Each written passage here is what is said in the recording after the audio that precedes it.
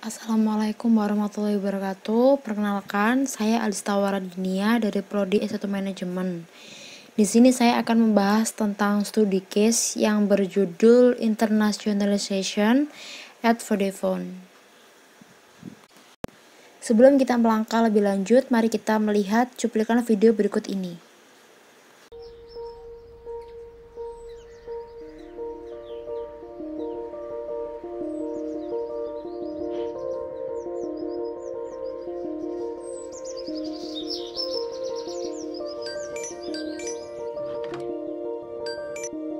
Hello.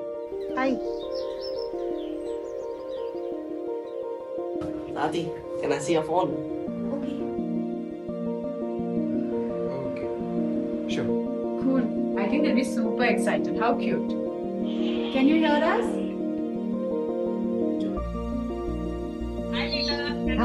Hi, Radha. I know how long we have. Hi. How are you? Hi. Ooh, Hi. nice to see you girls after a long time. Hi, can you hear me? How are you? I can see you now. Hi guys, how are you all? Quite tired of sitting at home. I'm really missing all of you. Yeah, same here. Yeah, really. I'm missing all of you, really. I only hope it will be over very soon. When this is over, we'll have a party, okay? Waiting for that day.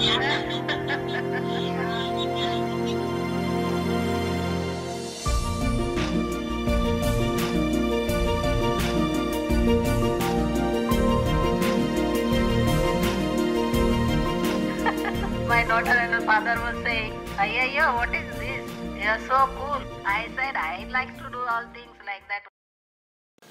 Cuplikan video tersebut menjelaskan tentang jaringan persahabatan yang tidak terganggu dengan adanya Vodafone.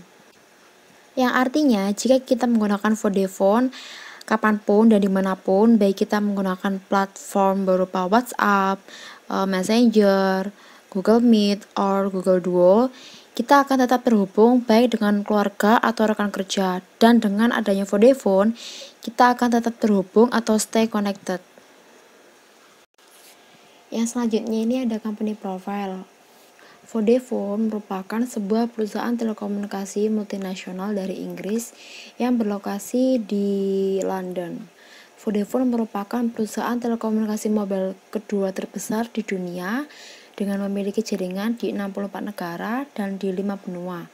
Vodafone tersebut melayani 458 juta pelanggan dan pendapatannya dari tahun 2015 mencapai 42,2 miliar. Bisnis perusahaan Vodafone ini diatur dalam 4 unit produk utama.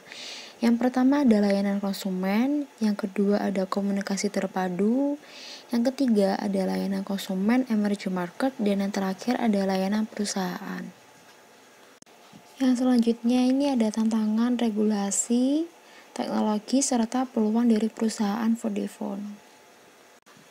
Vodafone ini memulai kegiatannya pada tahun 1982 sebagai rakal elektronik dan berhasil memasuki komunikasi militer serta sektor seluler sipil pada tahun 1985.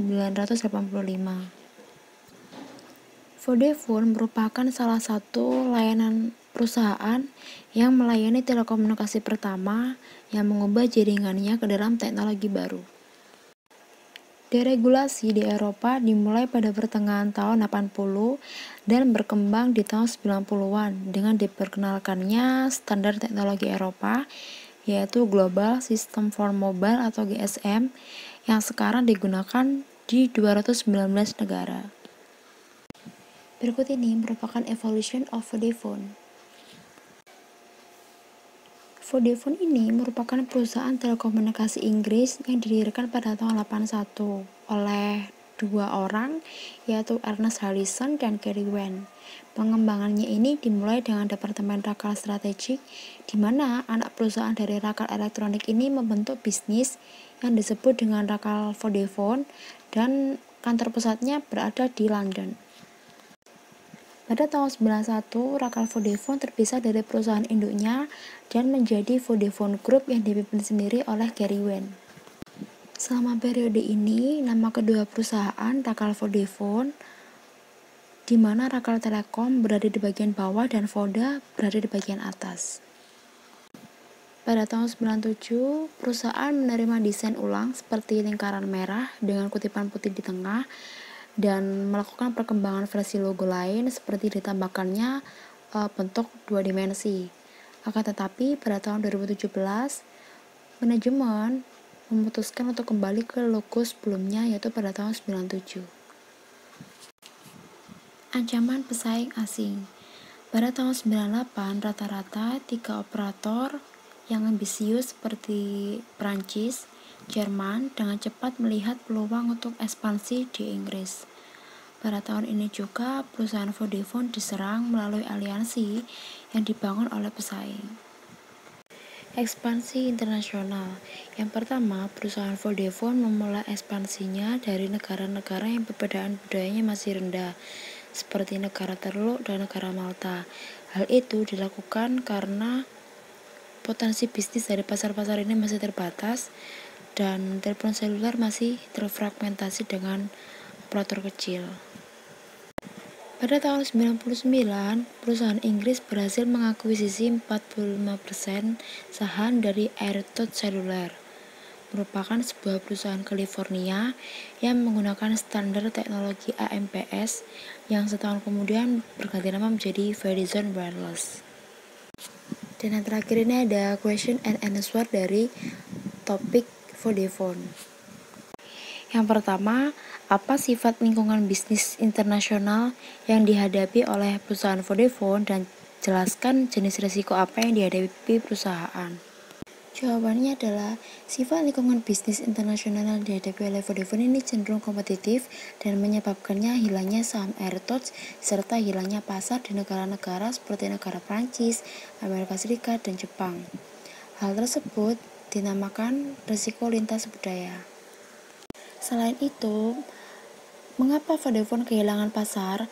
Karena manajemen yang buruk dan bisnis mereka atau strategi mereka yang memiliki risiko komersial dan perbedaan mata uang serta aliran mata uang di negara tersebut berbeda. Karena setiap negara memiliki aliran uangnya sendiri dan pemerintah tidak ikut campur atau tidak intervensi terhadap bisnis perdagangan internasional. Question yang kedua, bagaimana Vodafone diuntungkan dengan ekspansi ke luar negeri? Apa jenis keuntungan yang diperoleh perusahaan dari ekspansi internasional dan keuntungan apa yang diperoleh di luar negeri serta dapat membantu Vodafone mempertahankan kepemimpinannya di Eropa? Vodafone mengambil keputusan yang tepat untuk mengembangkan bisnisnya karena dengan cara itu mereka dapat mengamankan tempat mereka dalam layanan telekomunikasi sebagai peringkat yang kedua untuk mendapatkan banyak pendapatan selama beberapa tahun terakhir. Melalui ekspansi ini, perusahaan berhasil meningkatkan dan mendapatkan pendapatan karena sumber pendapatan yang meningkat secara global. Pendapatan yang dihasilkan secara global akan mampu mendominasi pasar di Eropa. Misalnya dengan mengadopsi tren baru di bidang telekomunikasi dan dengan membuka peluang baru dengan menggunakan Wi-Fi dan teknologi lain yang tersebar luas di dunia. Dengan melakukan ini, Vodafone telah memberi mereka lebih banyak pengalaman dan dapat membantu mereka berkembang di seluruh dunia. Question yang ketiga, apa alasan yang mendasari strategi ekspansi Vodafone untuk berinvestasi di luar negeri? Jawabannya adalah bisnis ini terdiri dari 40 kemitraan bersama dan memiliki jaringan perusahaan sebanyak 24 anak perusahaan. Apalagi pada tahun 98, 3 perusahaan besar telah terdaftar di sebagian besar negara. Hal ini membuat perusahaan asing tidak dapat masuk atau mendominasi pasar karena hal itu dianggap oleh Vodafone hal yang tidak mungkin. Question nomor 4. Mengapa Vodafone memperluas tujuan utama di Amerika Serikat untuk akuisisi dan kompetensi apa yang perusahaan miliki serta bisa digunakan dalam usaha ini?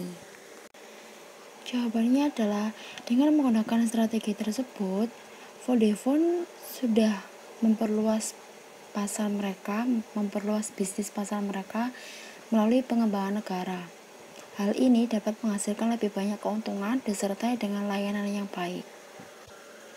Karena dengan begitu, mereka akan mendapatkan banyak konsumen baru dan memiliki potensi untuk menjadi pasar yang stabil.